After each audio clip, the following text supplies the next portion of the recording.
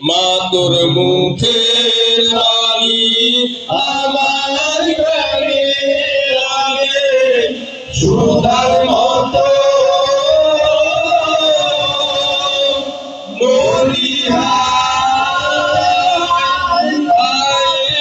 মা তোর মুখের বাণী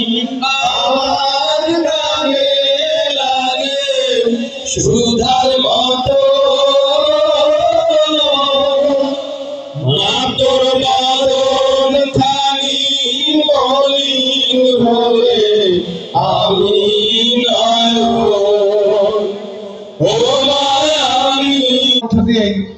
আমাদের উদ্বোধনী পর্বটি এখনো শেষ হয়নি। এখন আসাদান আজমত সৌদ সাহেবকে অনুরোধ করব আমাদের স্বপ্ন যাত্রা বেলুন